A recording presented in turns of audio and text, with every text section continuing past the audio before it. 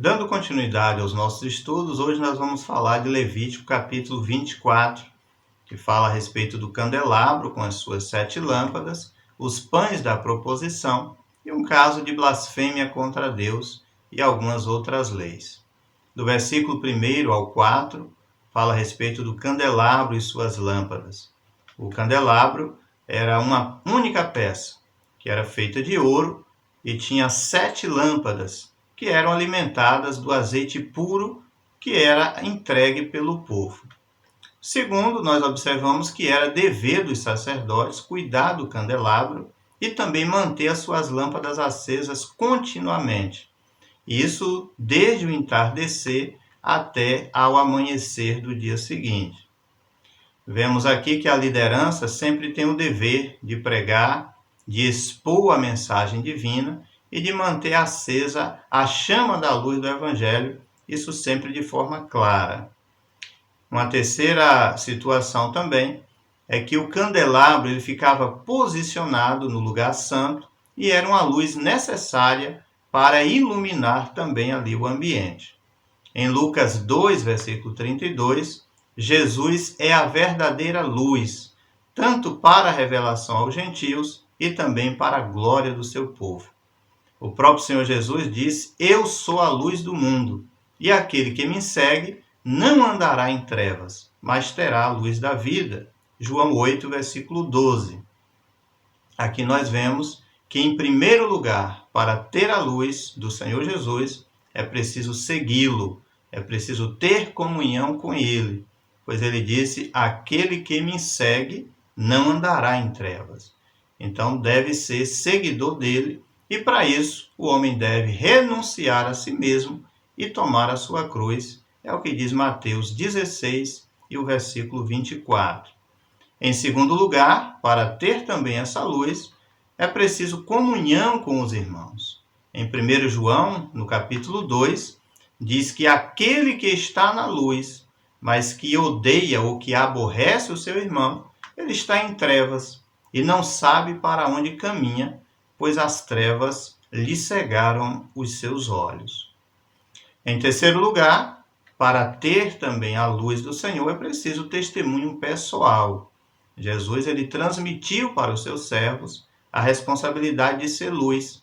E mesmo no mundo de iniquidade e também de trevas, a igreja é a luz do mundo. E essa luz ela deve resplandecer de tal maneira que os homens vejam e glorifiquem a Deus. A igreja não pode perder o seu brilho, pois se isso acontecer, ela será equiparada ao mundo. Dos versículos 5 até o versículo 9, fala sobre os pães da proposição, que ficavam sobre uma mesa que ficava em frente ao candelabro, e ali deveria conter 12 pães continuamente, e cada pão representava uma tribo de Israel. Esses pães também eles podem ser chamados de pães da presença.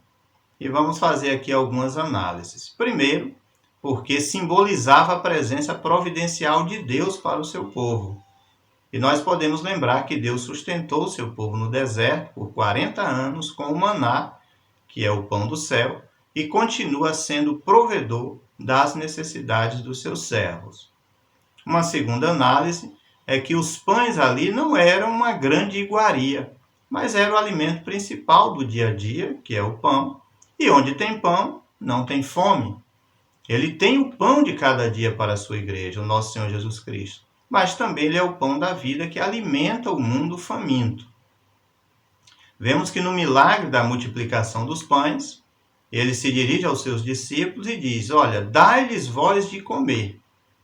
E aqui nós observamos como lição que a igreja hoje tem a responsabilidade de pregar o evangelho como ele é, tendo sempre Cristo como centro da sua mensagem, pois ele é o pão que alimenta a alma faminta do homem. Então que a igreja não venha cessar de pregar a palavra de Deus e de cumprir a sua missão de levar o evangelho a toda a criatura, pois a palavra de Deus é o pão que sustenta a alma e sem a palavra o homem não tem vida com Deus. A terceira análise é que a cada sábado aqueles pães eram renovados. e só os sacerdotes é que podiam comer daquele pão. E aqui a gente vê que hoje, através de Cristo, nós temos direito ao pão da vida e ainda podemos entrar no Santíssimo Lugar. Cristo é o pão da vida, ele é o pão da presença de Deus entre nós. Do versículo 10 ao 16, nós temos agora o caso de blasfêmia contra Deus. E aqui nós vemos que aceitar certas misturas no povo de Deus, isso pode resultar em consequências que muitas vezes são danosas. Aqui é o caso de um homem que a mãe era israelita, mas que o pai era um egípcio.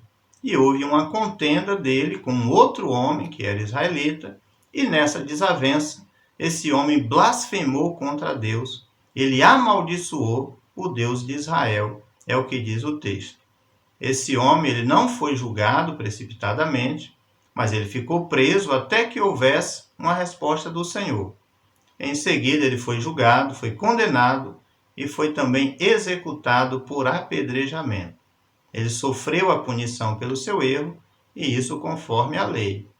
Aqui nós vemos que esse é um daqueles juízos que visa muitas vezes trazer temor para a congregação.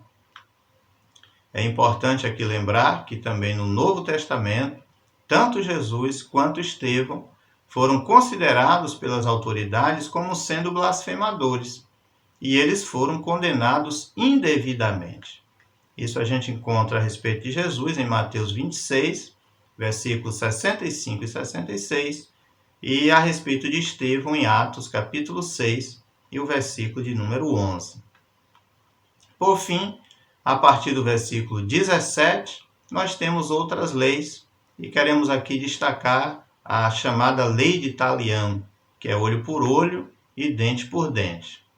E nós observamos quanto a isso que no Novo Testamento, no Sermão do Monte, principalmente os capítulos 5 a 7 de Mateus, Jesus ele modificou esse conceito, pois ele veio para manifestar a graça e a misericórdia de Deus. E a recomendação para os crentes é que ao invés de revidar, ao invés de vingar de alguém que nos prejudicou, nós devemos amar, orar, bendizer e perdoar. Pois assim como Cristo nos perdoou, assim também nós devemos fazer.